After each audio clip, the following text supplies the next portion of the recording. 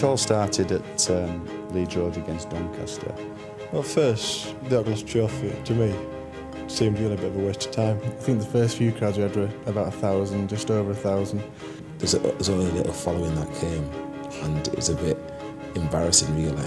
Pouring down with rain in front of 600 people. It's regarded as one of obviously the lesser cup competitions. It wasn't that important to me to start off with.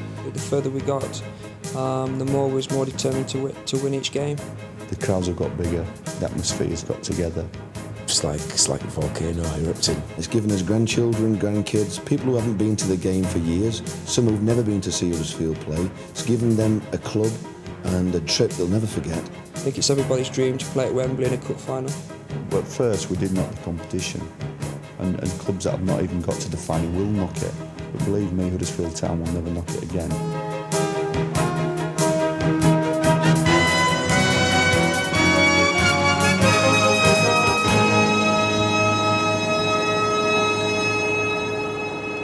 It all began at Leeds Road on Tuesday the 28th of September. There were only 1,069 there to see Phil Starbuck set Town on the road to Wembley with victory against Doncaster in the first of their two group matches. It was also the first of a host of spectacular goals in the competition for the Terriers. But not everything went Town's way as Doncaster equalised 4 minutes after half-time through the dangerous Mike Jeffrey. Town had also suffered an injury blow at the interval. Chris Marsden limped off with a knee problem to be replaced by Ian Dunn. It proved to be a blessing in disguise. Dunn was to score twice. For the first, he needed a helping hand, quite literally, from Rovers keeper Andy Beasley. But from the ridiculous to the sublime, since scoring on his debut for Town in the FA Cup at Bradford City, Dunn had earned a reputation for cup goals. What followed was one of his best.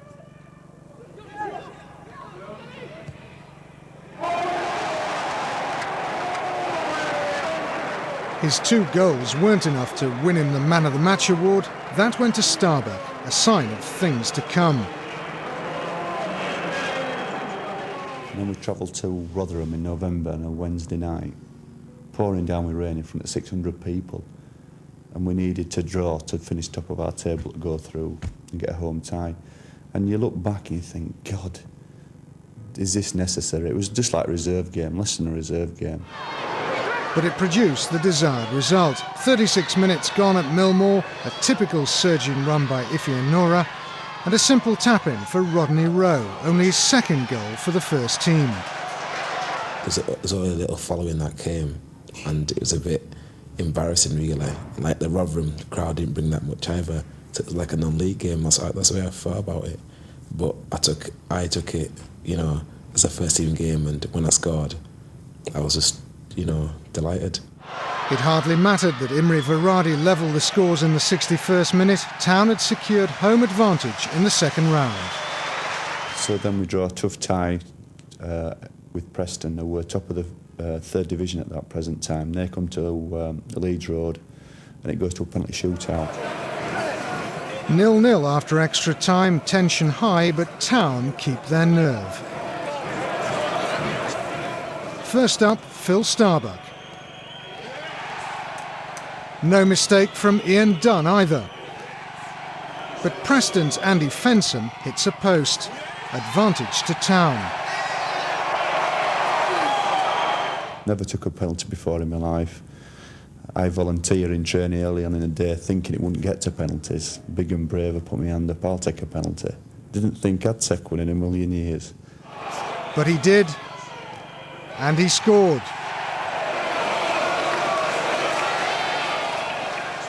Chris Billy scored two, leaving it all up to Darren Bullock. And I said I'll take the last one because I've never missed a penalty. I've never ever missed a penalty, and I was confident enough to step up and put the last penalty away.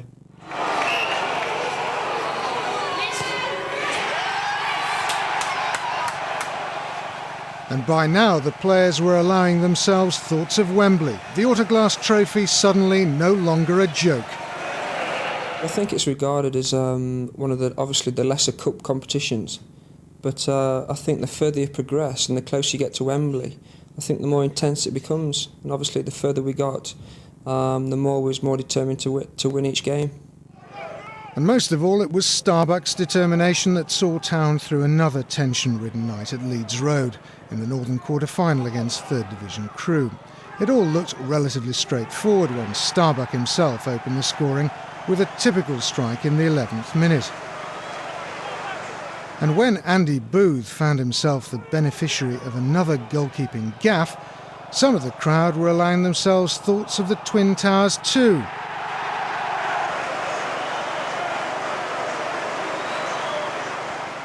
Just what Crewe keeper Mark Smith was thinking, only he alone knows. But at the time, Crewe were going well in the league and they weren't short of confidence.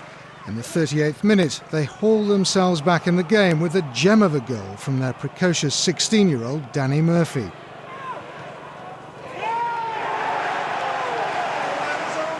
And 2-1 it remained until the 2nd minute of injury time. Then Darren Rowbottom's header put Tony Naylor in for the equaliser that sent the tie into extra time. Not surprisingly, it was the fresh legs of Town's 2 substitutes that helped save the day. Simon Trevitt forged forwards from defence, and Ifeanora used all his strength to fend off tacklers before slipping the ball to Starbuck. Inevitably, it was he who had the last word.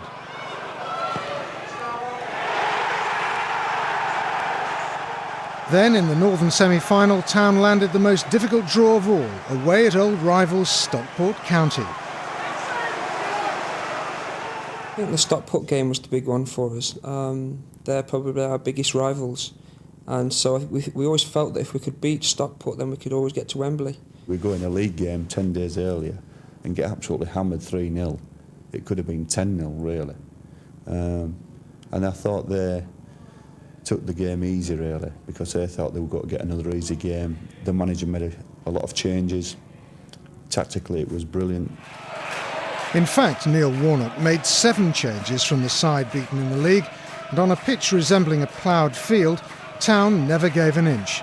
They dominated the first half, several times coming close to scoring, and more than justifying the manager's selection.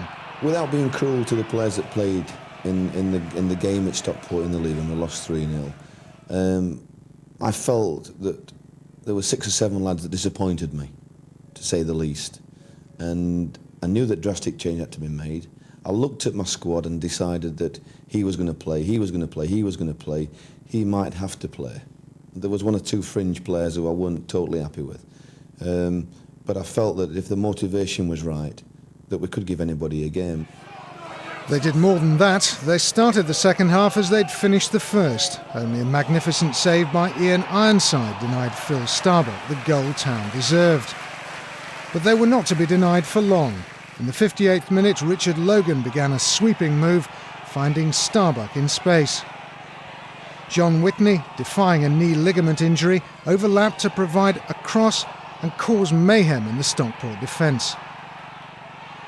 Eventually, Ian Dunn was the scorer, another crucial cup goal for the man rapidly assuming cult status amongst the fans. Yeah, I've been quite fortunate in a way to have scored them in the important games, as it were. Stockport, for instance, was the toughest game, I think, and to beat them 1-0 was a great result, and I was just the lucky man to score the goal. It was John Whitney who put the cross in, and everyone missed it, and it came to me at the far post, and I've put it back into the box. Andrew Booth headed it, someone's on the line headed it off, then Phil Robinson's followed in, he's hit it, someone on the line's handled it off, and it just fell to me 2 yards out, and luckily I was there to put it in the back of the net. And so to the Northern final against Carlisle, the first leg at home, the last cup tie ever played at Leeds Road, and what a memorable night it was. Fittingly, it was Peter Jackson who set the ball rolling with the opening goal. At least it was Jackson who claimed it, and no one was arguing. But equally, there was no argument either when on the stroke of half-time, Richard Logan needlessly conceded a penalty. Steve Francis almost saved Logan's blushes, but Simon Davey followed up to leave Neil Warnock with a job to do at the interval. And I thought I earned my money that night, because if you remembered at half-time against Carlisle, we'd had the wind, the gale force wind with us and winning 1-0, and then Logan gives a stupid penalty away in the most ridiculous position. So they're coming up the tunnel at half-time thinking they won the cup, Carlisle. And we turned that round and against the wind, very confident, very positive, and ended up scoring three cracking goals. The first of those came on 57 minutes. Graham Mitchell's free kick, Darren Bullock gets in ahead of the defence, and Tony Craig can only palm the ball into the back of the net. It prompts scenes of wild celebrations from the players and a minor pitch invasion from the fans.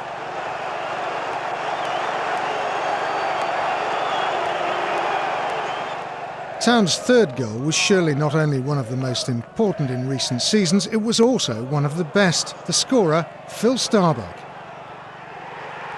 Starbuck himself rates it as his most memorable of the Autoglass campaign. It's one of them where either it's the corner flag or goes in the top corner, and it went in the top corner. It was a goal which would have left even the best drilled defences helpless. A trademark shimmy from the 24-year-old and an unstoppable shot, which Craig barely saw as it cannoned into the stanchion.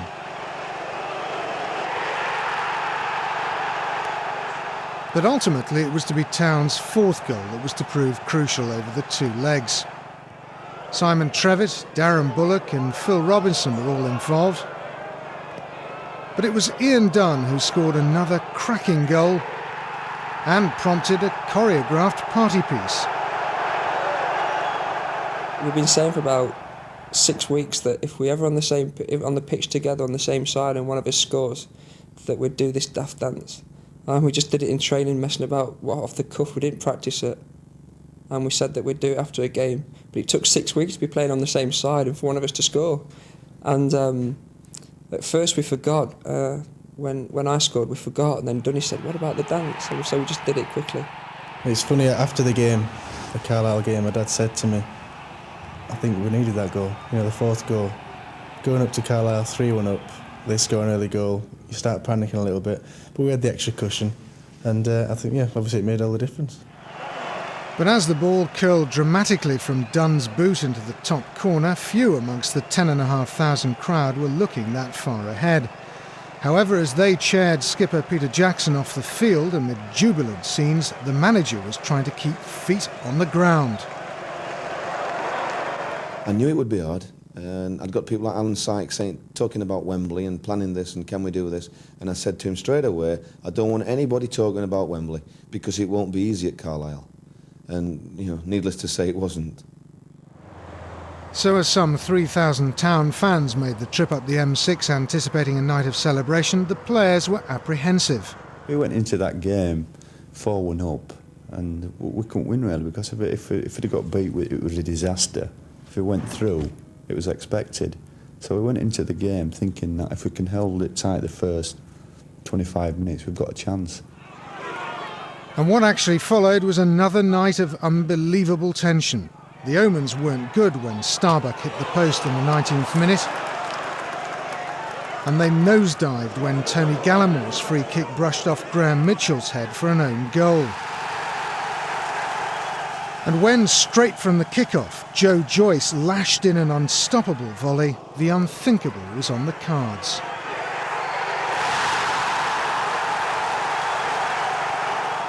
We've had a few like that this season, it's something I've got used to, but it was a hell of a strike and, one of the goals of the competition. Well, you probably won't believe it, but as we walked up the tunnel, Paul Evans was at the side of me. I think Mick Jones caught us up, and I just said to him, that's probably the best thing that could happen to us. And they both thought I was going around the twist, I think, under pressure. But I felt that we had to regroup, and obviously Jacko was carrying an injury, and he had to come off. And when we changed things around, and I didn't really think they were that big a threat in the second half, if I'm honest. Well, you wouldn't have guessed it looking at the Town dugout. The manager aged 25 a year that night. I was sat next to him and I'd never known such tension ever, because it meant so much to everybody, the supporters, the players, everybody. And we were desperate to win that, or not win it, but go through an aggregate like we did. And we just did enough to go through, but they give us a game, to say the least. On the terraces too, they were willing referee Jim Parker to blow the final whistle, but unbelievably he played 10 minutes and 57 seconds of injury time before bringing blessed relief to every Town player, official and fan.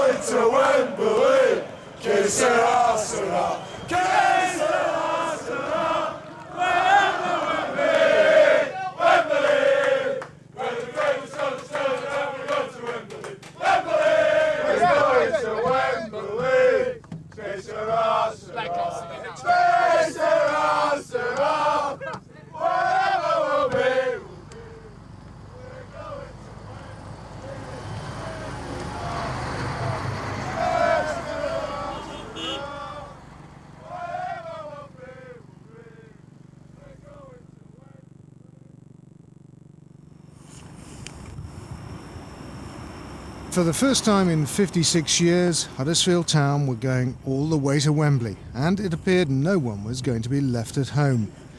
By the time tickets for the Wembley final went on general sale, season ticket holders had already snapped up 8,000 of Town's allocation. Those at the front of the queue had arrived the previous night, braving the elements. It wasn't exactly picnic weather come daylight. Those arriving at 8:30 in the morning faced a 4-hour wait. The 15 ticket staff were just as anxious to get rid of the tickets as the fans were to get their hands on them. By 4:30 that afternoon, the weather had cheered up, but the queue was still as huge. Leeds Road hadn't witnessed scenes like these for more than half a century. Not since 1938 could you buy a ticket to see Huddersfield Town play at Wembley. And this is the team of 1930 in training for the FA Cup final. How do they compare to the team of 1994? Well, presenting the Huddersfield Town teams, they're introduced by club captains Tommy Wilson and Peter Jackson.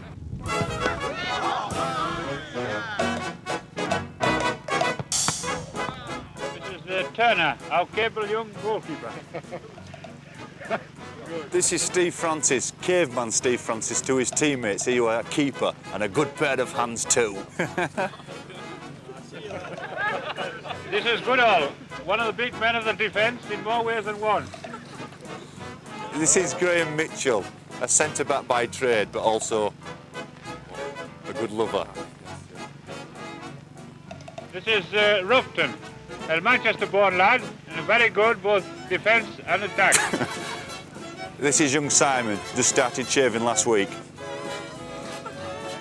This is Naylor, right half, one in the Oldham Brigade.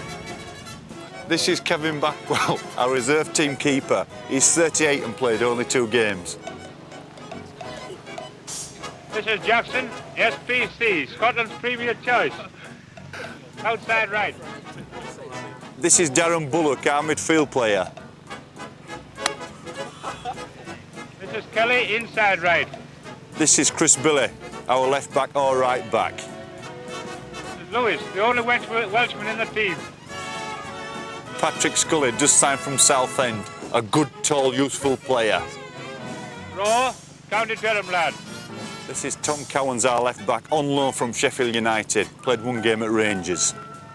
Magnol, Sheffield lad. Richard Logan, never been to Wembley before, never been in a football field. Kelly, another County Durham lad. Andrew Booth, a very good in the air. He should do with a neck like that as well. Well done, Andrew. Davis, along Stoke. This is Ian Dunn. What can I say? Everything about him. Ian Dunn, he's got no hair, but we don't care. What a player. Young Sunderland. This is Simon Trevitt, getting married in summer. Whereabouts, Simon? Jamaica, thank you. Right back and also sometimes sub. Smith outside left and Toby.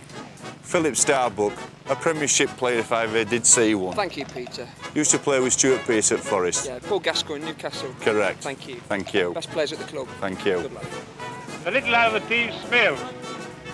This is Phil Robinson. He's too ginger to wear the away shirt, so we're always putting him in a home shirt. Thank you, Phil. Midfield. So at last the team are ready to leave for London, and those there to see them off will tomorrow follow Huddersfield Town all the way to Wembley.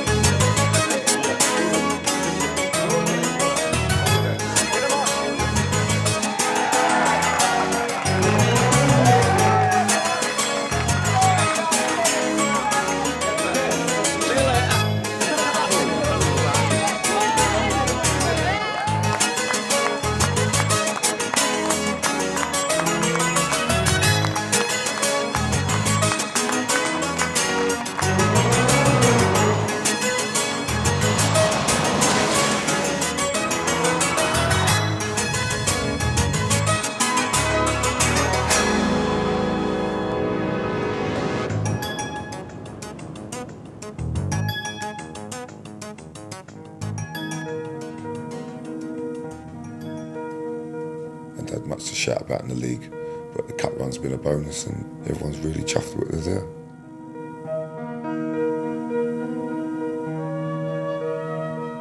To actually be playing at a Wembley final, it's like a dream come true for me.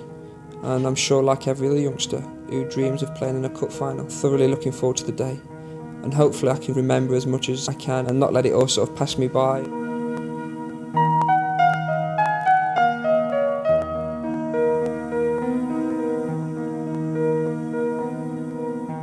It's going to be some atmosphere.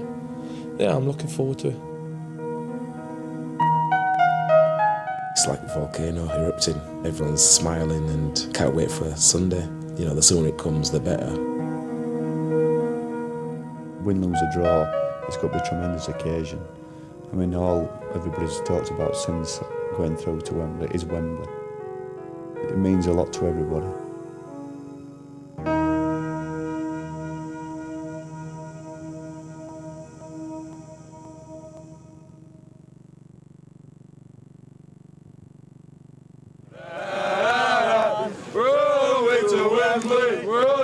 to Wembley.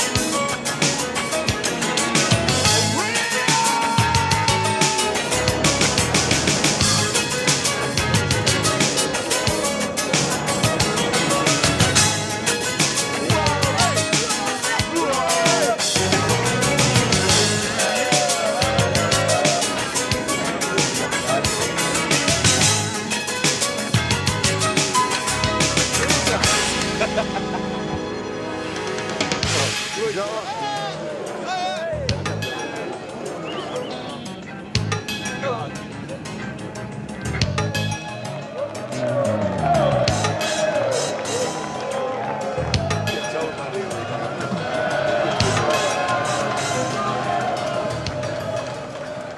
the day of the final, the club had sold just short of 27,000 tickets. It was Town's biggest travelling support since the last time they were at Wembley in 1938. They were all expecting a match of excitement and high drama.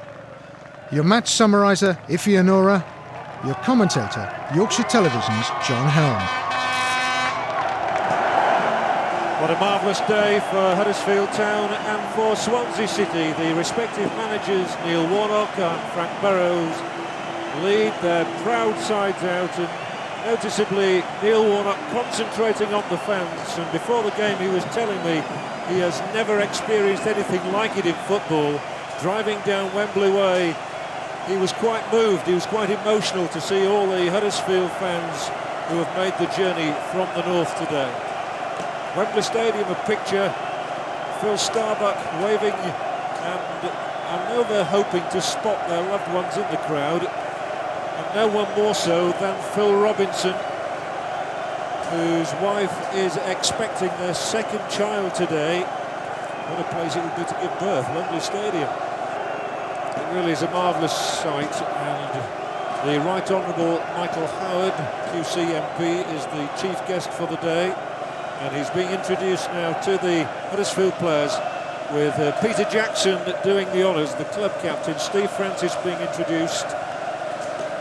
Young Andrew Booth, what a day for him, he's never been to Wembley before. Phil Starbuck, who will start the game as captain on the pitch, with Peter Jackson, one of the substitutes. And what a day too for the likes of Darren Bullock and Richard Logan, who were playing non-league football when this season started. Logan at Gainsborough, Bullock at Nuneaton, and here they are in front of the masses. I can quite honestly say that driving down the M1 today, I've never seen a greater proportion of traffic going to the same destination. It really was quite incredible to see all the cars and the coaches with the blue and white streamers, ribbons, scarves, flags, anything to represent the name of Huddersfield Town. Remember, Town have not been to Wembley since 1938, when they lost in the FA Cup final to Preston North End. The band of the Devon and Cornwall Constabulary playing Land of My Fathers.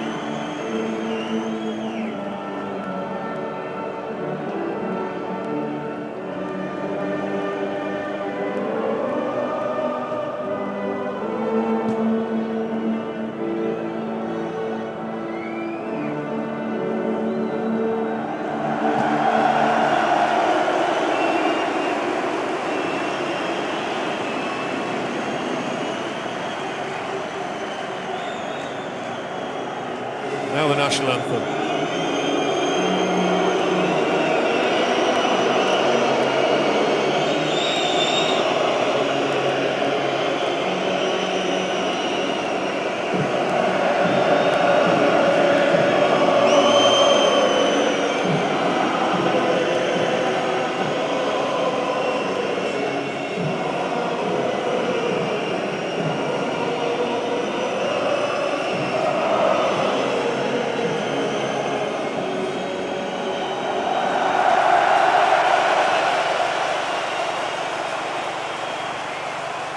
So the Huddersfield players still applauding the national anthem. The ceremonies are now over and it's on with the action. A quick run down the two teams for you. Huddersfield Town with Steve Francis in goal. A back four of Chris Billy, Pat Scully on loan, of course, and then signed from Southend United, Graham Mitchell and Tom Cowan. In midfield, there's Darren Bullock, Phil Starbuck, Phil Robinson and Richard Logan. Up front, Andrew Booth and Simon Baldry. Swansea have Roger Freestone in goal. Wearing 2 is Steve Jenkins. The left back, Mark Clode, and the centre backs, Mark Harris, and the surprising inclusion of Mike Basham. In midfield, they have Colin Pascoe, John Cornforth, their captain, Kwame Ampadu, who's a Bradford boy, and that's a bit of a surprising selection as well, and John Hodge. And they play Andy McFarlane up front with Jason Bowen. There's Jim Rushton, the referee, who's actually a Port Vale supporter. Iffy, good afternoon, welcome to you. John, nice to be here. It's not quite the same as being out there with all the lads, but I mean, it's nice, it's an honour to be up here. I'm looking forward to a very good match. Yes, I'm sure you're disappointed. Have you been in the dressing room? I saw the players as they came off the pitch after the warm-up, so that's all I've had really. But it's a lovely occasion. It's great to see this ground with so many Huddersfield fans in. And the first header of the game from Scully, and he'll be pleased to get that one in. And a dash down this left touchline already for Booth.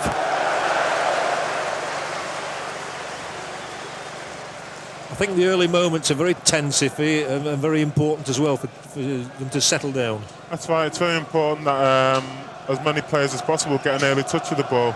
You know, they always say for goalkeepers, but it's true for outfield players as well. If you can get an early good touch of the ball, then that sets you up nicely for the rest of the game. Here's the throw-in, which is claimed easily by Roger Freestone. He's a huge man, 6 feet 2.5. Played in the First Division with Chelsea, the old First Division, that is. And out comes the sun again. It's amazing how the sun always shines at Wembley. Another good header from Graham Mitchell. Free kick given by Mr. Rushton for the challenge down on the touchline. It was on Bowen, and he's taken up a position out there, and it comes to him now from Pascoe, who's there again. The Welsh international Pascoe loses out, and Bullock, who's a great competitor, slides the ball over here for Simon Baldry, who I'm sure cannot believe what has happened to him. He only made his league debut a month ago. That's right, it's the stuff dreams are made of for young Simon, but he's taken his chance very well. He's another one who the club are looking forward to seeing a lot more of in the future, and he's come through ever so well this season. 18 years of age, lives opposite the ground, I understand. Yeah, he's not far. And he's never been to Wembley in his life, and neither has Andrew Booth. Here's Starbuck, he has. He's been there 2 or 3 times with Forest, so he's never played on the hallowed turf. Well, McFarlane couldn't control it. That's the longest shot of the afternoon, without question. Well, that would have been extraordinary. Steve Francis would never have lived that one down. That was Steve. No, he's a confident lad, isn't he, Steve Francis? He's very laid back. Very laid back. And he's played here and won here twice for Reading and for Chelsea. I was actually at the game when Chelsea won the old Full Members Cup. Free kick given against Huddersfield. And I think that might be important, the fact that Steve Francis has been a winner here twice, and Phil Robinson's been a winner here 2 or 3 times with Wolves and with Notts County. You've just time to tell me, Iffy, about that horrible journey down. It was because there were so many people coming out of Huddersfield, wasn't it? That's right, and it wasn't just that. We were stopped on the motorway by the police after picking some people up off a slip road. We didn't leave for an hour later than we ought to have done, and I missed the team bus coming down to the hotel. So I've been with all the families and the wives, but we're here now, and that's all that matters. That's all that matters. You've made it. You were here for kick-off time. But I've honestly never seen as many cars coming in the same direction. It was quite incredible how everybody seemed to be coming to Wembley. Here is danger. And inside that area, Clode, and Francis spreads himself well to get down as Mark Clode's cross came over into the penalty area. A bit of a warning there, though. McFarlane was the one who laid it back, and Clode's got plenty of pace.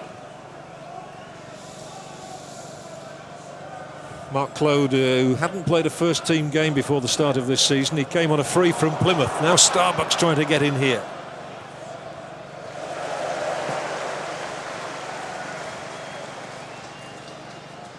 Phil Starbuck's going to be important too. He makes those runs just behind the front too, and if he can get in shooting positions, we know how deadly he can be. That's right, he's a very clever player, Phil. He's probably been our best outfield player this season. He's had a very excellent season, whether midfield or attack. And for us to win the game, he'll have to play a big part.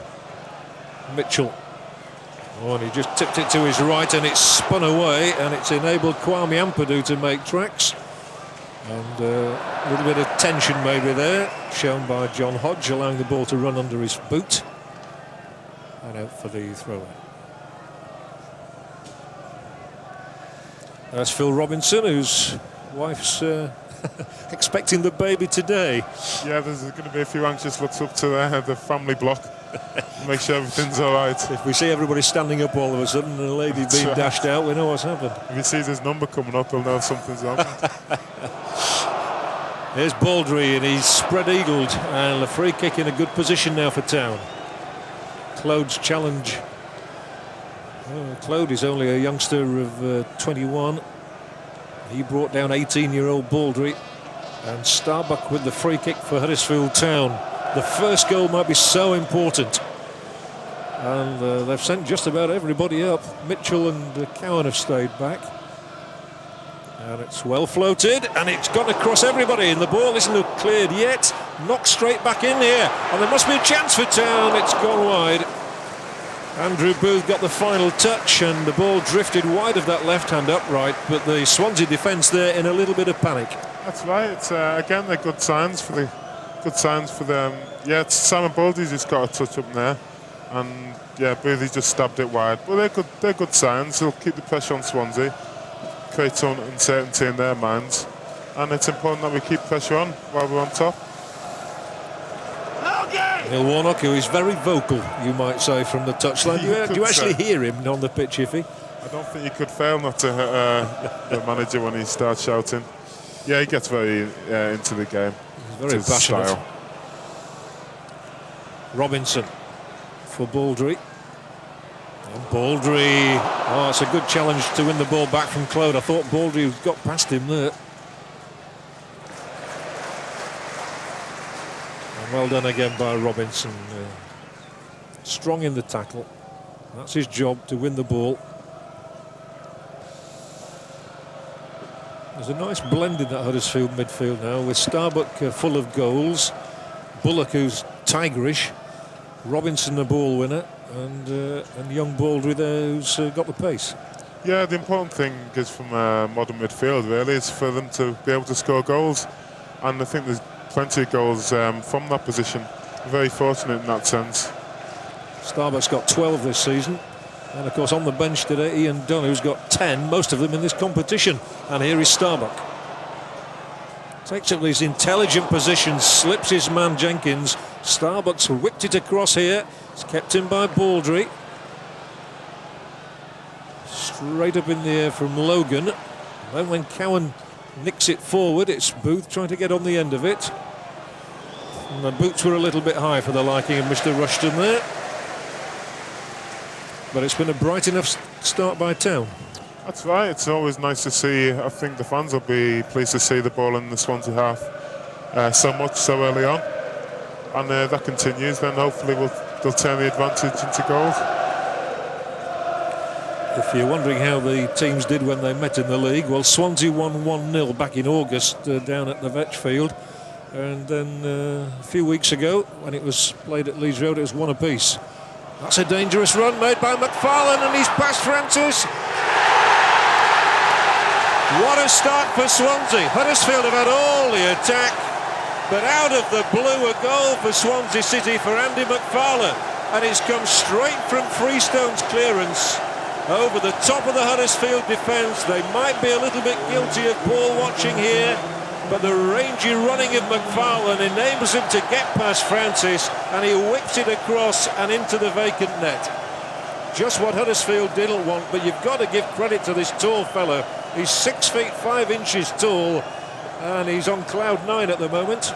he's kept his composure admirably then. You know, it wasn't an easy chance, even when he went round Steve Francis. And he's still had a lot to do, and I thought he's done ever so well then. He has, Iffy, and that's just a great start for Swansea, really, having soaked up so much of the pressure, and now they've won a corner. But that's what happens, isn't it? You can get just caught cold a little, and coming straight from that goal kick. That's right, there's a little bit of uncertainty between the back line and Steve Francis. I don't know whether Steve thought that they were going to clear it, and he wasn't sure whether to come. It's an inspirational selection, I was going to say. McFarlane's not been in the team recently, but he's come in instead of Torpy, and he's repaid his manager's faith in him. Corner taken by Ampadu. And straight up in the air from Starbuck, and they were in a little bit of disarray there, but the referee had spotted an infringement. Free kick. Frank Burrows showing little emotion, but he is trying to send a message. It's absolutely impossible from that distance. He must be all of 30 yards away from any player. We're only still in the early phases of this game, and Booth climbs well to try and head the ball down for Starbuck. It'll be a Huddersfield throw-in halfway inside the Swansea City half. Huddersfield fans just silenced a little bit by that early setback. Booth up there once more, and he'll have a shot now. Booth, and gets a little bit underneath it. Well, he's certainly willing to try his luck. That's right, it was a hard one to hit on the half volley, but he'd have been looking to hit the target at least, and forced the keeper to make a save, and he caught the fans going again. But he has had a tremendous run, and his mother and father are in the crowd today, and normally they're operating the turnstiles, I'm told, at Leeds Road. That's right, I wasn't aware of that until this week. So apparently this is one of the few games they'll see in its entirety. Yeah, it's funny what you find out about players, isn't it, when they get to Wembley? It is, isn't it? I think he'd been hiding that one. Free kick given for Swansea, and again it was taken sharply, and it's released Bowen up the right, and Tom Cowan manages to get his body in the way. Oh, and then he's brought down with a scything challenge by Ampadu. Free kick given against Kwame Ampadu, who calls himself Pat, I'm told these days, a Bradford boy as well. That's where he was born, although I think at a very early age he went down to London and settled down there, played for Arsenal, played for Plymouth, played for West Brom, and recently moved to Swansea City. So at least there's a couple of Bradford lads here today, Iffy. That's right, Graham Mitchell's a Bradford lad, and Kwame as well. I mean, he's one of the players, I think he's still only young, but he seems to have gone through his fair share of clubs already. But he's a good player, he's another versatile player. Town's free kick, it was well met by Mark Harris, and this is Bowen, who's regarded as one of the real danger men. Hodge had stayed out on the touchline, so it doesn't get the better of Billy again. Chris Billy's one of those who seems to have settled very early into this match. Yeah, that's right. I mean, there was an instance just early on where Swansea took a quick free kick, and really Huddersfield have got to not let that happen. They've got to switch on very quickly. Baldry and Booth. Unfortunately, it broke there to Cornforth, who shows his strength. Laying it back here for the surprise inclusion, Mike Basham. And he just almost dallied, but gets away with it in the end. Yeah, the goal certainly rocked Huddersfield. They're back on their heels now.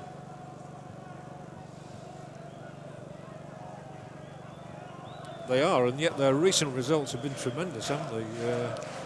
Unbeaten, right, in fact, since they got to the final. It's an interesting test, actually, because I know in the recent good run, it's Huddersfield have always taken the lead, so it's going to be an interesting test how they can cope with coming back from a goal down now. That's a good point. They've not lost a single game, as I said, since they qualified for this final by beating Carlisle United, whereas Swansea's form has been indifferent. They've won 3, lost 3 and drawn 2, whereas Huddersfield have won 5 and drawn 3. The referee wants a quick word here with Darren Bullock, I think. They're passing side, those Swansea. They do like to pass the ball. That could be a big help to them at Wembley here. There's Logan in the end. Yes, they are. Because there's plenty of wide open space. That's right, yeah. And they've always got the outlet of Bowen on the wing. It's very quick and very tricky.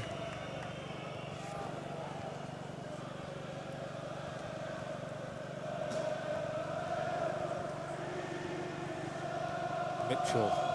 It's up there towards Booth, and Harris proves he's recovered immediately with the clearing header. On it goes from Robinson.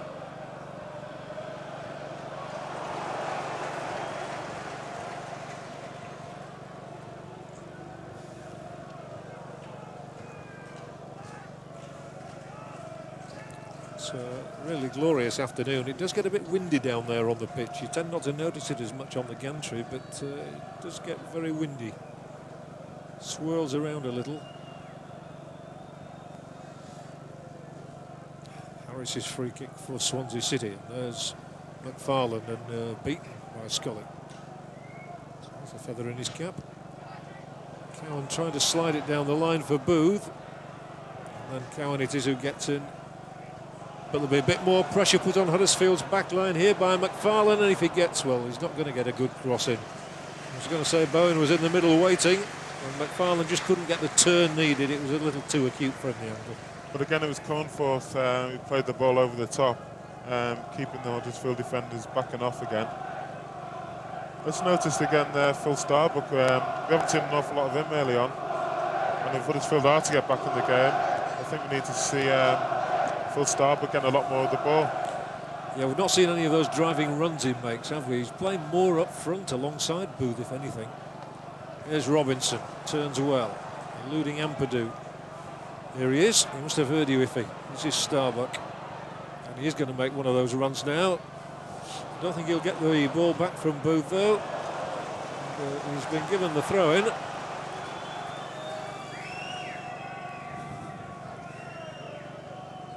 They do. They definitely need to get Starbuck involved with the best part of half an hour played. And Swansea having the lead. Cowan takes pretty long throws from this side. Booth, nice little touch on from him. And Claude had to clear there. I'm sure he was very aware of the fact that Baldry was behind him. And again, we'll now see one of Richard Logan's longer ones. No doubt. As I say, when you have someone who can throw the ball off far, it's just like a corner. Yeah. They'll be looking to undo Booth, and then the second ball afterwards. And again, the keeper's coming for it and loses it under the challenge. But, the referee says it's a free kick for Swansea. But Richard Logan is going to have to look to throw the ball more towards the penalty spot, really, because they're keeper's balls. Very much so. But they are probably better than a corner sometimes because you can direct it more easily. That's right. Again, it's McFarlane, edge of the area. Acrobatically, Bullock clears. And then Hodges knocked back, picked up by Claude.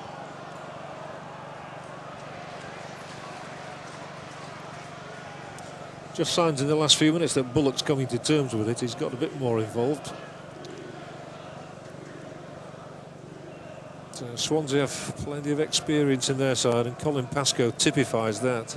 He's won 10 caps for Wales. That's right. Yeah, he's a good player, Colin.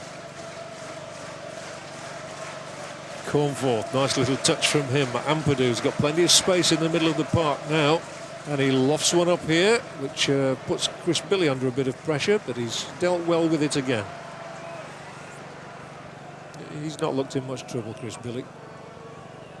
Booth, a good header from him, and Baldry's trying to get around Claude and might win the throw-in off him at least.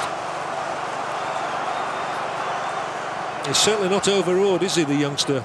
No, I'd like Simon. to see him have a few more touches of the ball, because he's a very good cross of the ball, and Andy Booth will certainly thrive on his service.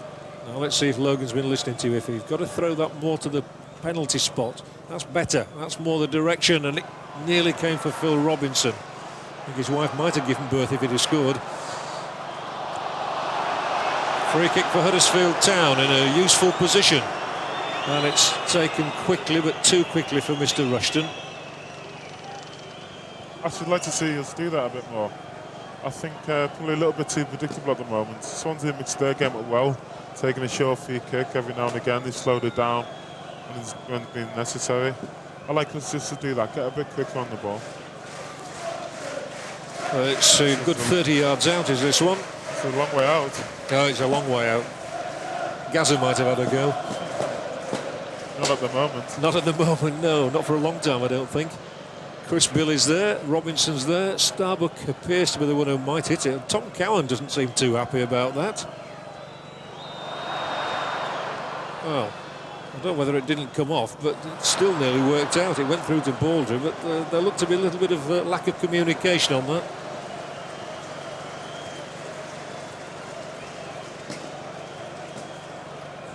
Did I detect a shake of the head?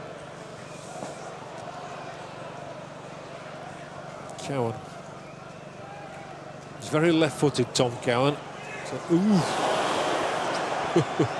Bullock went flying in a little bit there, but he got away with that one a bit. Starbuck's header. Baldry again to put pressure on Claude. Good spell of pressure now from Huddersfield, and they've just got their fans roaring again, although the Swansea fans are booing. They felt that Bullock's challenge was a little bit over the top. Anyone who knows Darren Bullock will know that he was never going to pull out of that challenge. Logan slices away off Harris's boot. But Swansea will be very happy with the fact they've only a couple of minutes to play out in this half, and they've got a 1-goal advantage.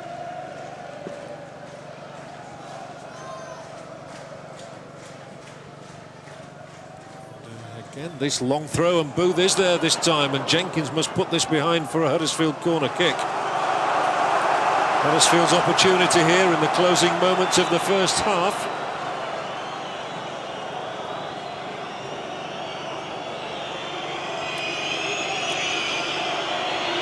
Starbuck takes the Huddersfield corner. They need a goal, and it's gone right across and beyond everybody there. And disappointingly out of play. It eluded Logan, and that meant it eluded everyone. That's right. Disappointed to see the ball go outside the far stick and off goal kick. It was just a little spell of pressure, a little suggestion that it's time to get into the game. Still 45 minutes to go. Mitchell and his co-defenders there, who were given a bit of a torrid time early on by McFarlane and Bowen perhaps, but there've not been many chances in the last 20-odd minutes.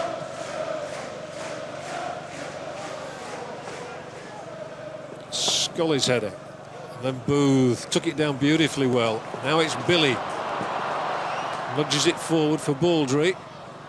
Claude sticking with him. And Cornford's clearance picked up by Mitchell. First time ball from him. Robinson can't win it. So Bowen spreads the attack. Oh, Cowan. Well, that was an important intervention by him. And Cowan's getting up there as well. And Booth tried to slide it through for him. Still Booth. The shot comes in from Booth. Good try from him. Freestone down to it all right. He'd plenty of time in which to see it. But one wonders what would have happened if he got that ball through to Cowan. That's right. They looked to promise some move at one stage, but at least he's managed to get a shot on target. Hodge. His movement through the middle. Bowen wanted it and didn't get it, but Hodge still has support down the left from Claude. Robinson's tackle. I'm afraid he's going to be booked for that. Phil Robinson doesn't show any emotion whatsoever, not a trace of it. Claude's really hurdled there, and that's going to be a yellow card. Claude will require treatment. And there is John Ford. Just played his 100th league game for the club. Claude's going to be okay. No worries for him. It was not long ago since Swansea were in the First Division. 1983 they came out of it. That's right. They had that great run through the divisions, and obviously they've fallen on hard times since then. But this is a very good team. Yeah. Well, you remember that side that John Toshak had there with Leighton James, Robbie James. Got some exceptional players. Yeah, they lent very heavily on the Liverpool experience. That's right, the Tommy Smiths and Emlyn Hugheses and Ian Callaghan's, but here comes Graham Mitchell of Huddersfield Town. Still going Graham Mitchell. Is he going to have a try? Well, he wasn't a bad one, he might have another one. He's nicked it in here. Mitchell of all people inside the Swansea penalty area. Well, it's not often you see Mitch up there like that, apart from at corners. That's right. I mean, he's very good on the ball, Graham. So we... There isn't even time to take the corner. That's disappointing. But overall, we feel a little disappointing. Huddersfield started well in the first 7 or 8 minutes, and then that goal by Andy McFarlane there, who simply seized on a long clearance from Roger Freestone, and he swerved his way around Steve Francis, tucked it in, a very well taken striker's goal. It seemed to knock the stuffing out of Huddersfield for a long while. That's right, it was a very well taken goal. And I wouldn't be disappointed about the players' efforts. There's certainly no shaking of efforts or commitment. So it's still all to play for. 45 minutes of the Autoglass Trophy final to come. But for the moment, it's Swansea City leading by 1-0. Among the 27,000 town fans at Wembley today, there are some very familiar names. Geoffrey Islip on the right is son of Ernie Islip, who played during the reign of Herbert Chapman. Gavin here is the grandson of Roy Goodall, who we saw earlier in that 1930s team. And stand up the real Clem Stevenson. The original Clem, of course, was both a town player and manager. Well, here today are two younger generations with the same name, his son and grandson. Well, we've heard many songs from the town fans so far today, but what would the supporters of yesteryear have sung during occasions like this? Well, Alan Hinchcliffe saw town at all their previous visits to Wembley. He recalls the town anthem. Everybody knew the town anthem. Now, it was a parody to an old favourite at that particular time, Smile a While. Now, and this is how it went. Now, excuse my bad singing, but I do know the words. And it went like this. There's a team that is dear to its followers. Their colours are bright blue and white. They're a team of renown. They're the pride of the town. And the game of football is their delight. All the while upon the field of play, thousands loudly cheer them on their way. Often you can hear them say, who can beat the town today? Then the bells will ring so merrily, every goal will be a memory. So town, play up and bring the cup back to Huddersfield. How's that up, pal? Let's rejoin John Helm. Here come Huddersfield for the start of the second half, and a very, very important 45 minutes now for Huddersfield and their fans. They don't want them having a miserable journey back north. They want to be seeing the flags and the streamers waving. Ian Dunn's going to be on at the start of the second half. Neil Warnock has therefore played his cards and brought on the man whose goals have been so important to town in getting here to Wembley. Looks as though Darren Bullock is off.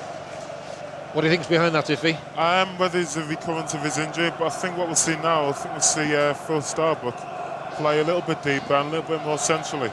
Well, it's one of the things we were talking about at half-time, just having a chat with Terry Yorath, the former Welsh manager, and I think we were all agreed that Phil Starbuck needs to play perhaps just a little bit deeper and to be in a more creative role. That's right. He's Really under pressure, and the loss of the ball presents an opportunity for Hodge here to put some early pressure on, but the cross is comfortable enough for Steve Francis. They've been marking space rather than the opposition at times. It's always a problem with the lone striker because you've effectively got a flat back four. Here's Dunn. He could get an equaliser. And it's just taken away from Ian Dunn as he went in there, and that will have lifted town spirits. The sprightly Dunn getting in was a toe poke away. Yeah, he's got some very important goals. This seems to be his competition, Ian Dunn. Yeah, he's got 10 this season, 7 in cup ties, including 4 in the Autoglass. Starbuck, corner for Huddersfield in these opening moments of the second half. They need a goal though, they need a reply quickly. Starbuck directing it back here for Mitchell.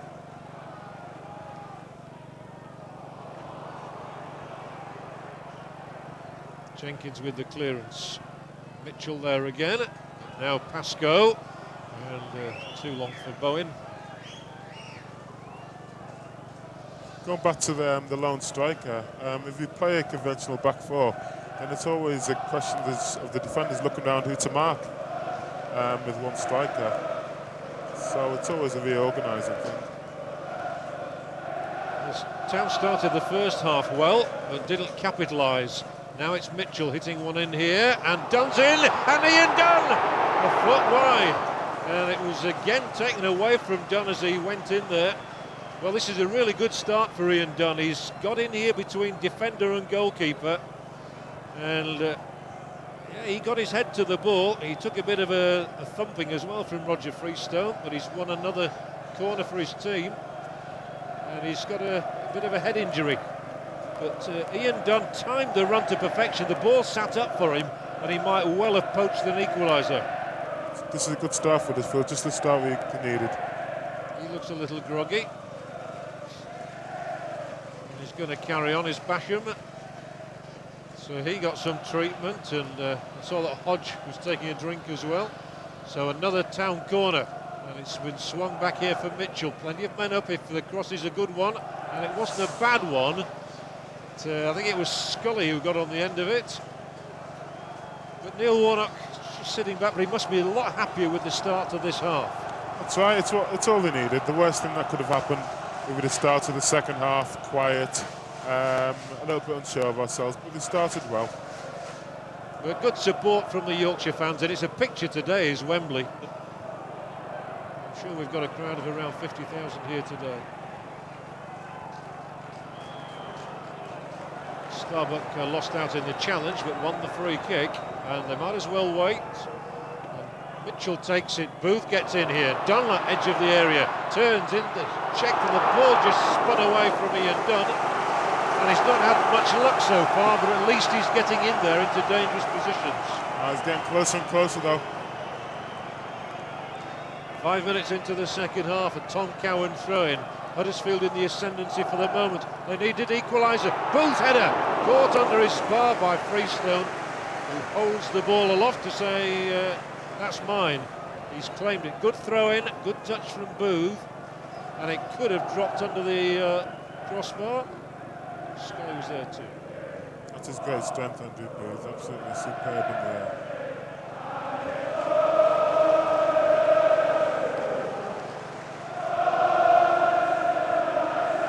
Wishing to be a Jonah, right, to point out that Huddersfield had all the play in the first 8 to 9 minutes of the first half, and then Swansea went and scored virtually their first attack. And here is Hodge, dangerous ball in as well. Robinson's got the chance just to knock it up in the air.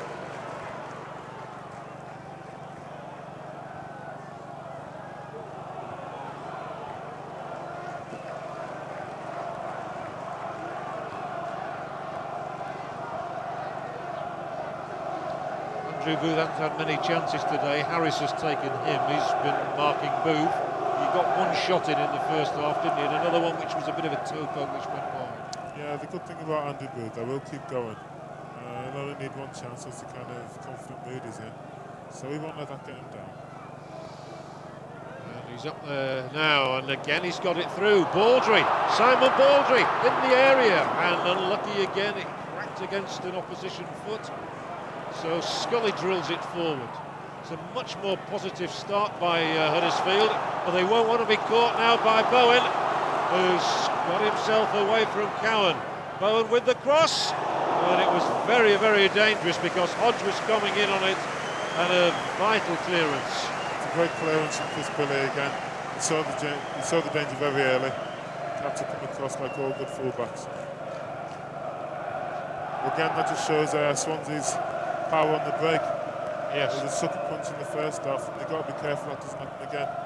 Watch out for McFarlane coming here. Francis there first.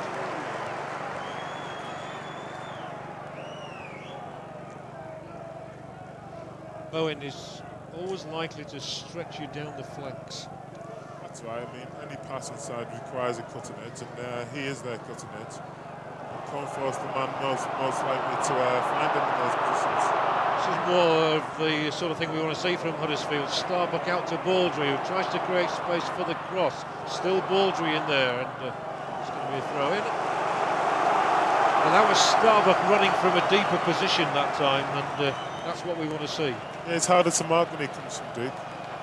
Harder to mark. He's confident at running plays. The first of Logan's long throw-ins in this second half. Huddersfield still behind. Well, it's long enough, and it was away from the keeper that time. Mitchell might hit one, and he's underneath it. Oh, he's not afraid to try his luck. He doesn't get many goals. In fact, his last one was against Southend about 15 months ago, so he's due one, isn't he? I'd like him in a Swede. I wonder what his odds are.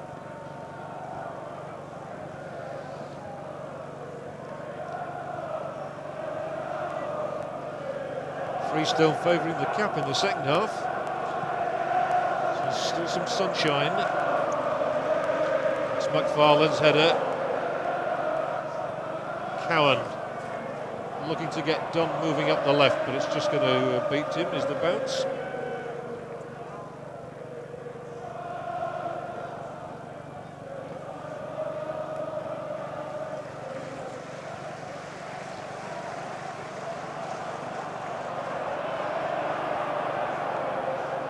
And again the sun comes out.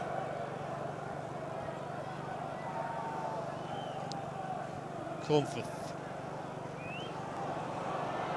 That, ironically, was Cornforth who gave the ball away there, but they want it back.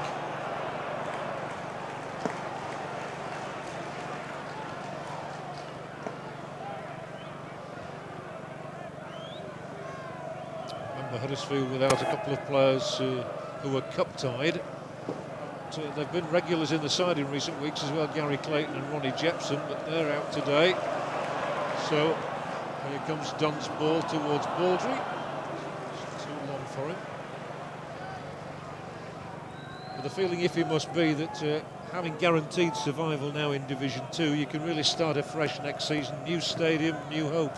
That's right. Sometimes it's very important how you finish a season, even if there aren't honours to play for, because that can stand you in good stead for next season. That was excellent work by Starbuck, and he's got Dunn wide. Here he is. 10 minutes of the second half played, and Dunn going for the first time ball in. He certainly had more impact than Bullock had in the first half. Plays a different type of game, obviously. That's right. Phil's got the quality to look up and pick players out, I think. Mitchell, keep finding him with these throw-ins, and he's got the chance to lob one in again now, and Freestone will collect it from Logan's header.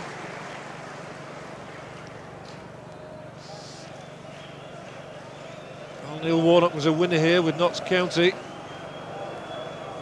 and he's rueful at the moment, I would say. He looks very reflective there. Not like him to be quiet. No, it's not like him to be quiet at all. Quite worrying. Huddersfield's free kick. Almost unique, I would think.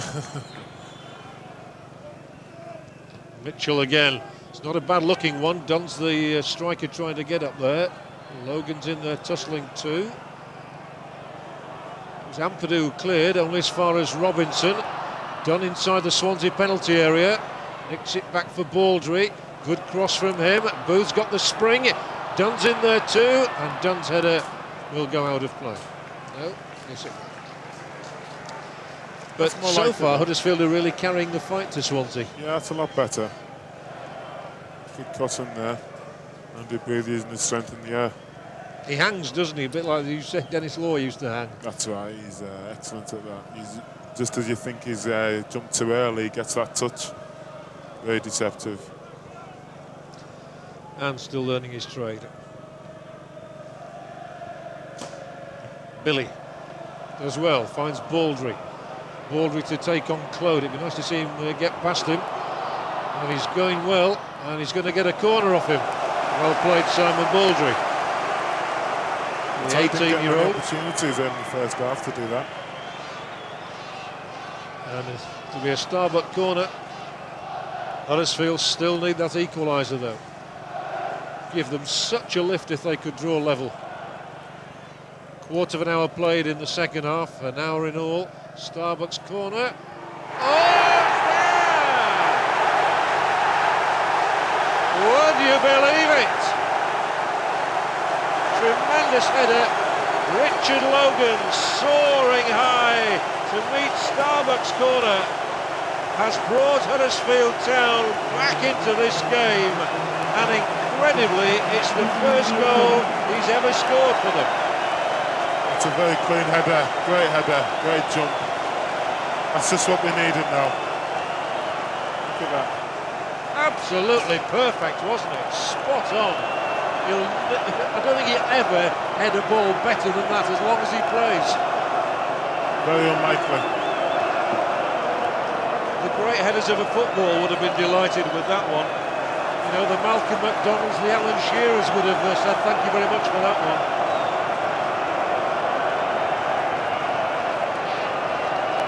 And Richard Logan, signed for £1,000 from Gainsborough Trinity in November, has scored his first ever goal for Huddersfield Town at the most perfect possible time. And that's got the Huddersfield fans going. Well, what were the odds if you're on Richard Logan scoring, do you reckon? Very long, I think. That's what happens in games like this. They did start to play a lot better after the interval. There's Claude. You wouldn't expect him to score either. Oh, dearie me, he nearly did.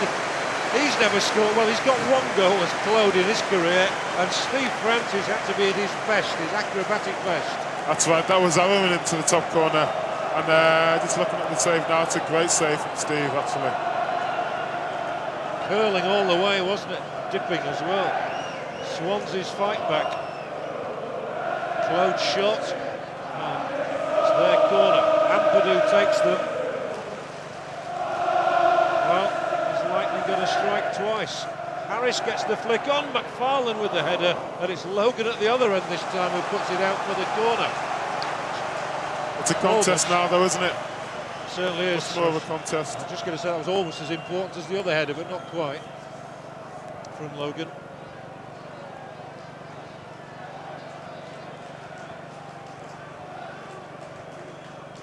Richard Logan's mind is still fluttering, still won't believe it.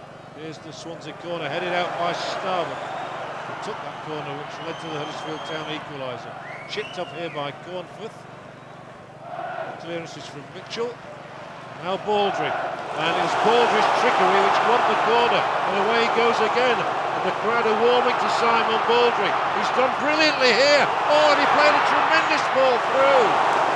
Offside had been given anyway, wouldn't have counted, but what a super pass it was anyway. That's a wonderful run from Simon. That's the best of Baldry. That's great awareness as well. Lovely ball with the outside of his foot. Yeah, Andrew Booth was just a yard tight offside. decision when he played it. Very tight. But I did see the linesman put the flag up immediately. Booth didn't know and had to continue his run. A tremendous spell of football we've had in the last 3 or 4 minutes now. That's right, opportunities at both ends. Steve Francis making an excellent save, and unluckily Andrew Booth just offside here. Very unlucky. It was a quality pass from Baldry. Excellent. Dave Wilson, fine figure of a man, supplying the treatment to Andrew Booth.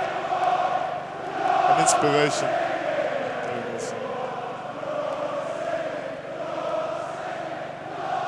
The Huddersfield flags that are flying again now. They're back all square, and that makes it a very interesting match indeed, that scoreline. The goal came on the hour, and just to repeat again that we could have 30 minutes of extra time if the scores are still level, of course. There goes Ampadu. Not a bad ball from him either. This is Hodge against Billy. Still Hodge, and still Hodge, and now Claude comes into it, and he's scrambling around on all fours and winning a corner. For a moment I thought he was going to go down, well he has gone down and look for a penalty, but he's going to need the physio first. Yeah, I think he got a whack early on at the end of the, was it end of the first half? So, yes, it did with challenge from... the same problem. He was injured when Robinson got booked. That's right. Good game now, Iffy. Yeah, it's far more open. Opportunities at both ends. And 25 minutes left to win it. Plenty of time. Plenty of time, absolutely. I fancy Ian Dunn. You fancy him for the winner, do you? Well, you heard it here first. Iffy on Eura's tip, Ian Dunn to notch the winner. You're going to give us the minute as well? 10 minutes to go. Not extra time? No. Right, fine. We'll be looking at our watches. Cloud's all right. The game continues. Oh, again he climbs up above Basham. Got the header.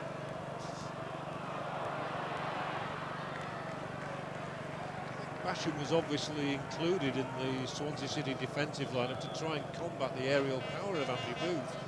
Well, that's some task. Well, we played Arsenal early on in the Coca-Cola Cup, and to be honest, he got the better of Adams and Linnigan that night. So it's not an easy task, as you said. Huddersfield have won the ball back. Dunn slips it in field. Starbuck makes a driving run. On he goes, Phil Starbuck. Can he crown it with the shot? That was a terrific effort from Phil Starbuck. The sort of thing we wanted to see in the first half, and this is where he's so dangerous. Yeah, it shows wonderful close control there, and he gets a shot off. Again, you notice both goalkeepers are being tested now. They are. And both Huddersfield are playing well now. Yeah. And here he comes again. Robinson's ball forward. Dunn. This might be the minute for Huddersfield. Coming in is Baldry. Simon Baldry just couldn't get there. Dunn's got another chance. Cuts it back in here. Robinson tries to get in. Swansea clear. And yet again, that man Claude is on the ground. Well, poor old Mark Claude, you've got to feel for him. He spent half the afternoon with his face in the grass. There was the danger. Dunn whipping it across. Baldry going in with Claude, who's all over the shot, isn't he? He's just gone over on his ankle as he's cleared it there. Well, it would have been ironic if the ball had gone in up in front of the cross. He got a whack just for good measure. I think they're going to decide that Mark Claude can take no further part in this game. So the experienced John Ford will get his chance. An unhappy end to the afternoon for the 21-year-old. But he's played his part and he's now replaced by a much more experienced player in Ford. Interested to see how he copes with Simon Baldry. Simon's just getting into the game now. And I thought the lad who's gone off was doing quite well. Cowan with the throw-in for Huddersfield, headed away by Jenkins. Cowan, first time, disappointingly, gets it out of play for a goal kick.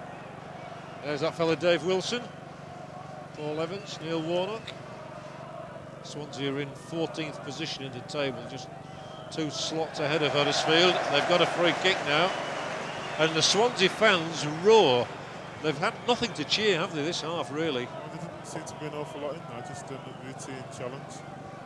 Referee's seen it differently.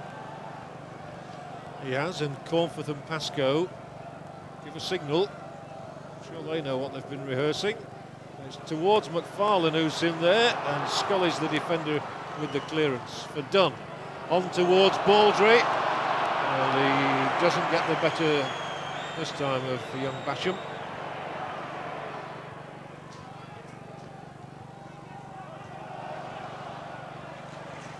John Ford.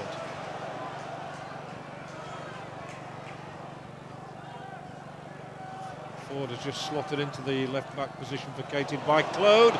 Bowen, dangerous, lovely control by Bowen, and the ball was knocked away from him and back from Scully to the goalkeeper Francis, who had to clear with the boot, who was saying Bowen hadn't been in the game, but this is where he's dangerous. Lovely little touch. He's always got Pat Nevin-like skills there, hasn't he? That's right, a wonderful balance on him, hasn't he? Got a good brain on him as well.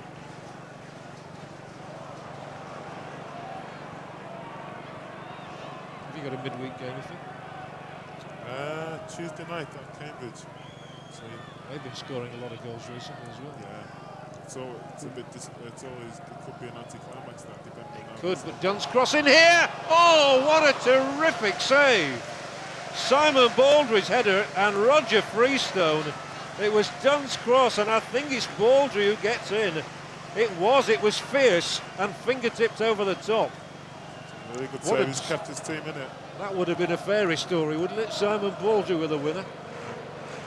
Corner anyway for Huddersfield. Remember, they scored from a corner. Swansea know that. Scully's up there for it. Dunn knocks it back in. They're onside.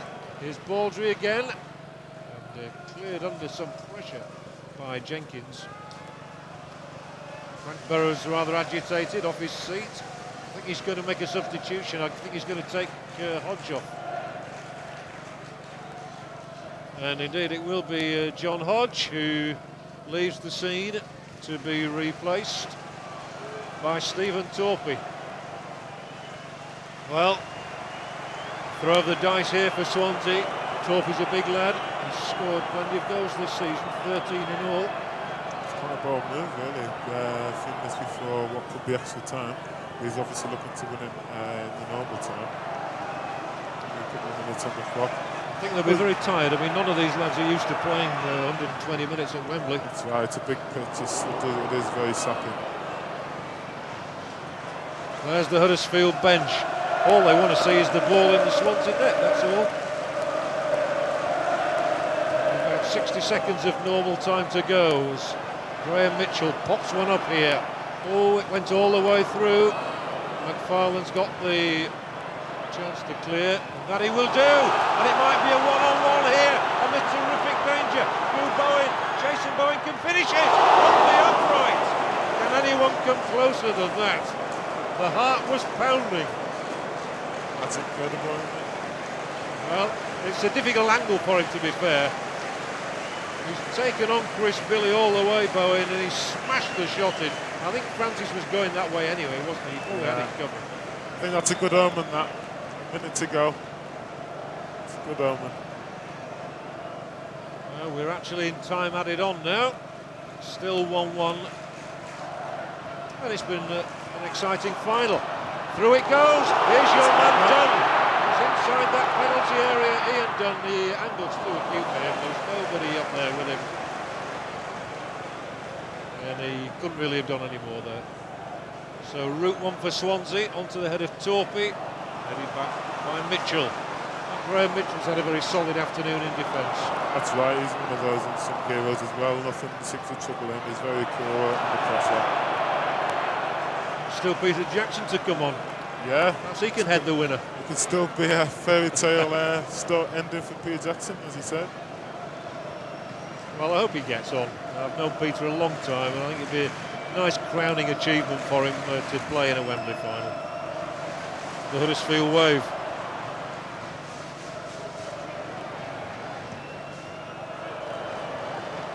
And surely now the referee is going to say enough's enough. Let's have another 30 minutes after a quick breather and a team talk.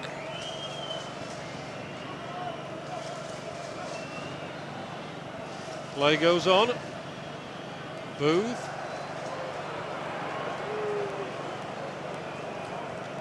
Well, you certainly can't fault anybody for effort. The game is played at a terrific pace these days. Done for Huddersfield. The game does go on, and here goes Baldry through the middle, and it's Ford who takes it away from him. Good covering by the substitute John Ford, and Baldry's as energetic as ever. We've had 7 minutes of time added on as Starbuck wins it and surges forward. He'll try and get a shot in maybe, although he's covered by two defenders and then unfortunately treads on the ball, allowing Swansea to clear. And we've had the full 90 minutes now, and indeed it will go to extra time with the scores 1-1. Swansea having taken an early lead through Andy McFarlane. Huddersfield having fought their way back through Richard Logan's header. And there's no question about it, Huddersfield have been the stronger side in the second half. Now the team's going to little huddles, and Neil Warnock is bringing his players over to this side of the pitch while Swansea are sitting down in the centre circle. There's often psychological points to be scored at a time like this, and Baldry sits down and they are all having a breather.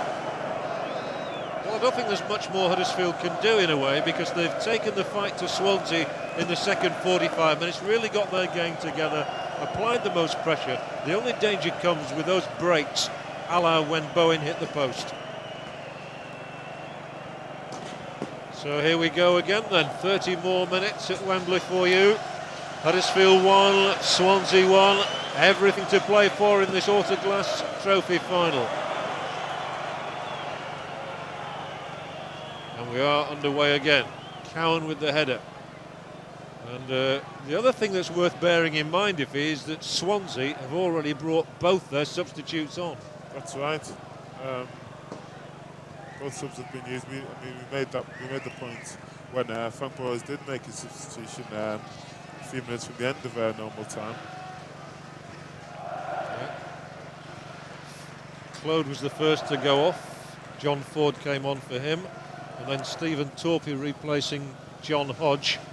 I noticed him having a special word with the two strikers, Torpey and McFarlane, Frank Burrows, just before the play resumed again. I wonder whether he's told them anything different, or he's really just trying to get them going.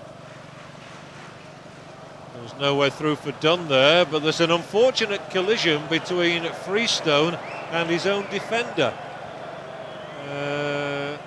That was young Basham.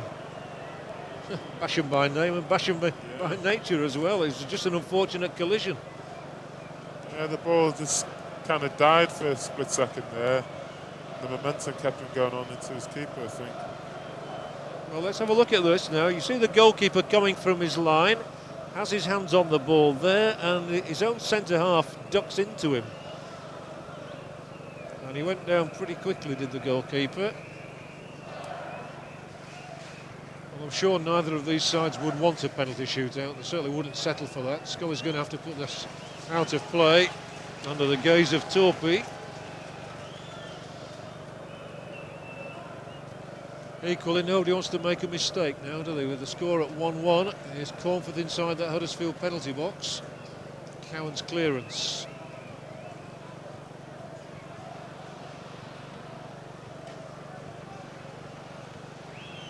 Cowan kept his eyes on it well, but the ball spun away kindly for Bowen here for Swansea. They can tee something up. Oh, it's gone right across, and McFarlane can't get the touch either. Chris Billy sliding in as well. Torpey smiles, but he knows that Swansea are agonisingly close here to a leading goal again. Jason Bowen, you could see him sizing up his options. Ooh, that's close. Ford's just been tripped there by Baldry.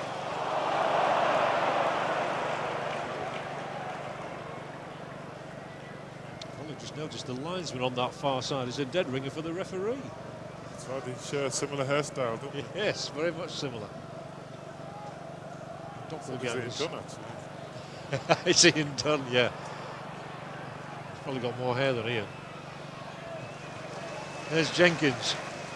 It's Ian Dunn who's chasing back to deny him the space he needs. Bowen, who's flitted in and out the game. That's a useful move, and he'll flit in and out again here now. Jason Bowen making tracks towards the Huddersfield goal. Cowan's got time to clear. And up it goes towards Booth. A lot of very tired legs out there now. And look at that Cornforth. I don't think he was fouled there. I think he simply fell over. Well, he's probably got cramp actually. Well, Booth just seemed to give way there. Yeah, it did. I didn't think Booth made contact with him, to Just be there, fair. his left arm. Oh, yeah, I think he's caught something. Anyway, it's going to be a free kick for Swansea. It's full credit to them that they've put on a bit of a show, really. Obviously, it's gone quiet next to time, but Yeah, it just needs lifting again, doesn't it, in the last period of extra time before the penalty shootout, if we have one. That's when we have to get the pocket calculators in, keep track of it. However, here is Basham's free kick for Swansea. Well dealt with by Logan. We're already in that stoppage time in this first period of extra time as Baldry tries to get the better of Ford. And down the line goes Chris Billy trying to lend his support. The back pass certainly wasn't on. Half time and extra time, still 1-1. Well, it's very much a family day today, and it's lovely to see so many Huddersfield Town supporters. Jim Pearce, 78 years old now, and on his 4th Wembley appearance, would you believe, because he was just 12 when he saw Blackburn Rovers beat Town here 3-1 in the 1928 Cup final. And away we go for the last time. 15 minutes away from glory, one of these teams. And I wonder if one of those players out there is going to become a hero in these 15 minutes, or whether we're going to have to go to the nerve-wracked penalty drama shootout. But whatever happens, these players will never forget their day at Wembley. That's right. I mean, who knows where some of the players will go. It's that kind of game, really. Football. Chris Billy just manages to keep it in play, and then swings it across, and Freestone palms it down and does well enough to gather it at the second attempt. There's a good ball in this from Billy. It's the sort that has a keeper in two minds. Should he come, shouldn't he come? Will he get there? And he does. Ian Dunn takes on Steve Jenkins.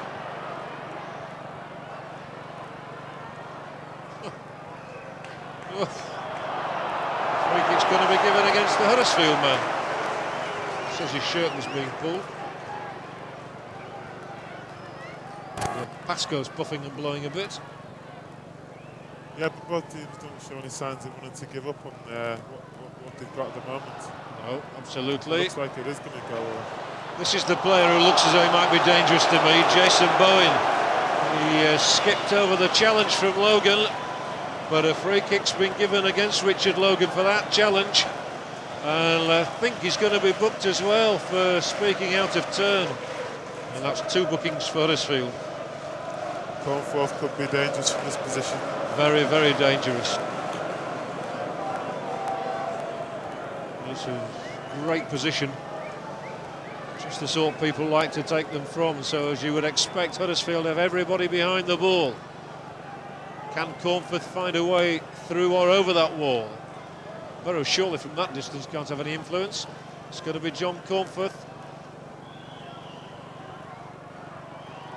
Cornforth with the chip. Oh, good stop. He got it right, did Cornforth, but so did Steve Francis. Yeah, he had to make the save. It's a classic free kick, isn't it? Curling into that top corner. And the keeper, for the second time, shows his agility in the match. He's responded when he's had to do. That's right, he's done very well again. Well, they're just beginning to get the crowd again going. Yeah, it's got the Swansea crowd going. Oh, and it's gone right across the goal there, and Robinson knocks it up in the air. Ampadu tries to win it. Back it comes from Cornforth. Danger, considerable danger there to Huddersfield. The ball's still not cleared. It is now from Billy. And that's got Swansea going again. Important for Huddersfield to hold their nerve now. Pascoe. There's Jenkins with the cross. It's beyond Torpey, but not beyond McFarlane. Who's there on the ball again. Ships one up for Starbuck to clear it. Up in the air from Harris. Swansea's throw in. A bit of a Welsh roar going up again now around me, as the fans who've made the journey from South Wales hope it's going to be their team's day. McFarlane, who got that goal, it seems so long ago since he scored. That was in the 10th minute, and that will be a goal. Just seemed a long time ago, doesn't it, that goal? Yeah. It was on a different day, wasn't it? It seems a long time ago for Swansea as well. Yes, yes, that's true. Robinson still looking to make it a perfect day with a baby and a win. And here's a ball in. Oh my word! Simon Baldry has had 2 headers in this match. The first time he got his header spot on the target, and the keeper made a great save. This time, climbing in behind Ford, he's a whisker away. That's a great ball in from Phil Robinson with the outside of his boot there. Superb ball. Terrific. I think he just hasn't seen enough of it. The defender's probably done just enough coming back. That would have raised the rafters. The flags are flying again for Huddersfield now. It's their turn to get behind their side and say, come on, you can still win it. In this last period of extra time. Bowen for Swansea. 5 minutes to go. No more than that. 5 minutes. Jenkins pass intercepted. Starbuck, has he got the legs?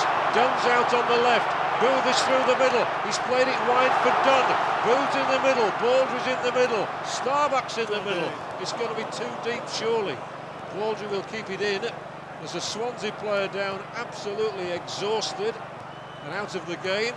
Baldry's going around in circles here to try and get a cross in, which he does, and eventually it's put out of play. And it's Basham, the Swansea defender, who's gone down halfway inside his own half. That was a great opportunity. I just think he took the wrong option there. Huddersfield will have a throw-in now.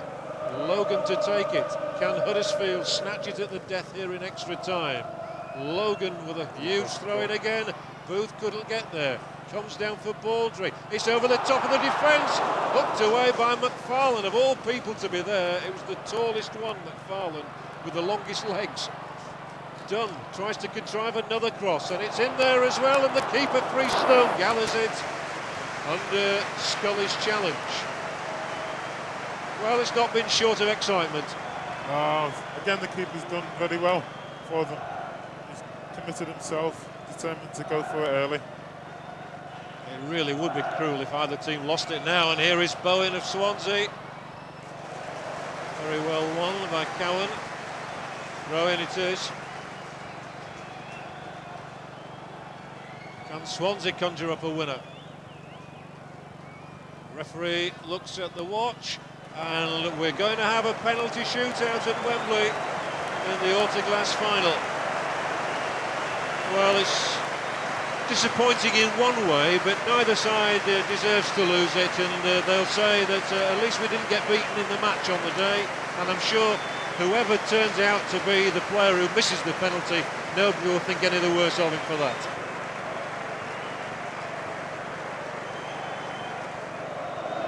The referee, Mr. Rushton, who's had good control of this game, just explaining the routine to Phil Starbuck and John Cornforth. And Phil Starbuck, I think, said, you go first, did he? It looked that way, didn't it? Yeah, it did. Of course, we always talk about the penalty takers, but there's so much onus on these fellows, and Roger Freestone will face the first penalty. It's a battle of nerves, it's psychological. The fans love it, actually. So here we are. It all ended square. Huddersfield 1, Swansea 1. Graham Mitchell steps up, the biggest moment in his professional career. Huddersfield's longest serving player, Graham Mitchell, and it's off the upright and he's failed to score. Not the start Huddersfield wanted, but there's a long way to go in the penalty shootout. That's unlucky because he struck it well enough, the keeper went the wrong way, it simply came back off the upright. That's how close success and failure is, isn't it? He was very close. The keeper went the wrong way. Steve Francis has a word with the referee, who will say to him, don't move, and John Cornforth will take Swansea's first penalty kick.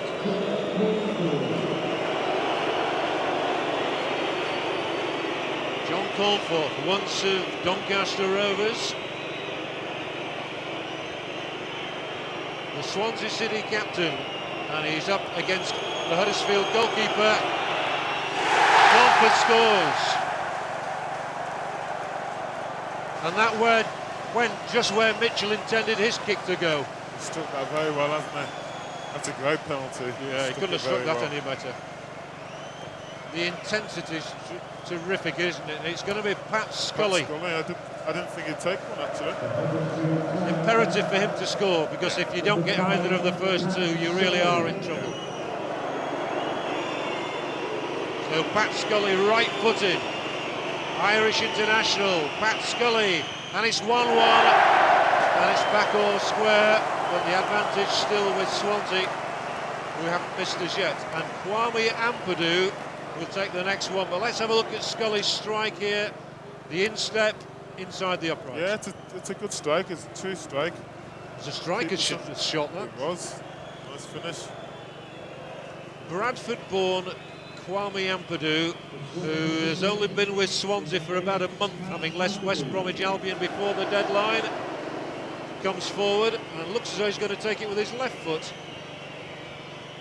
He is. So Steve Francis, I don't think he'll ever faced a penalty from Ampadu before, and Ampadu scores. 2-1 Swansea. He's all smiles. Yeah, might have meant a bit more to him coming from Bradford to stick one past Huddersfield. Again, sent the keeper the wrong way. So it needs Huddersfield's penalty king, Phil Starbuck, to step forward now to keep Huddersfield's dream alive. Yeah, you wouldn't bet against Phil Starbuck scoring. I hope that's not the kiss of death now. He's scored 4 this season. Among his 12 goals, 4 of them have been from the spot kick.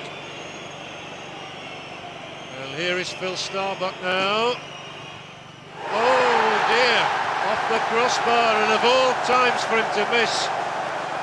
Phil Starbuck walks away disconsolate.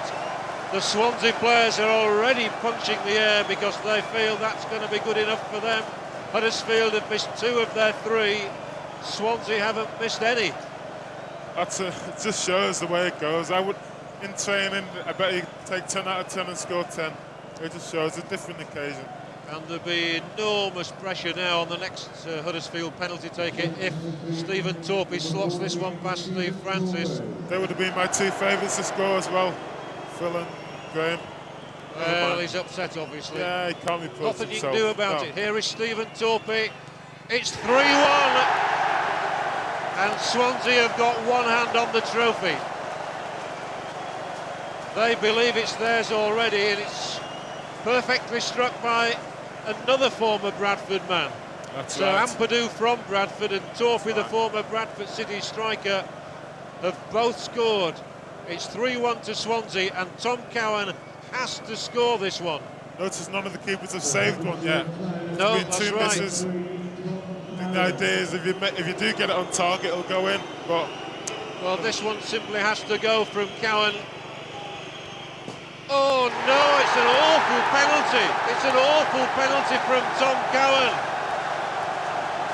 And what a way for Huddersfield to lose the Autoglass final. There's no more that anybody can do about it. It was straight at the goalkeeper Freestone. It was hardly a save that he had to make. He simply had to get down. He didn't strike it at all. Tom Cowan misses. Only 1 Huddersfield player out of 4 was successful with the kick. And Swansea City win the Autoglass Trophy 3-1 on penalties after the full match had been drawn 1-1. both teams have been a credit, both sets of fans have been a credit. But the spectators have had a great day out. The only sad thing was the final score, which was Huddersfield Town 1, Swansea City 1, and Swansea City won 3-1 on the penalty shootout. So in the end it may have been a disappointing result, but on the day there were no real losers. 27,000 Town fans made the trip to Wembley. They can look back and say, for the first time in 56 years, I was there. It's given us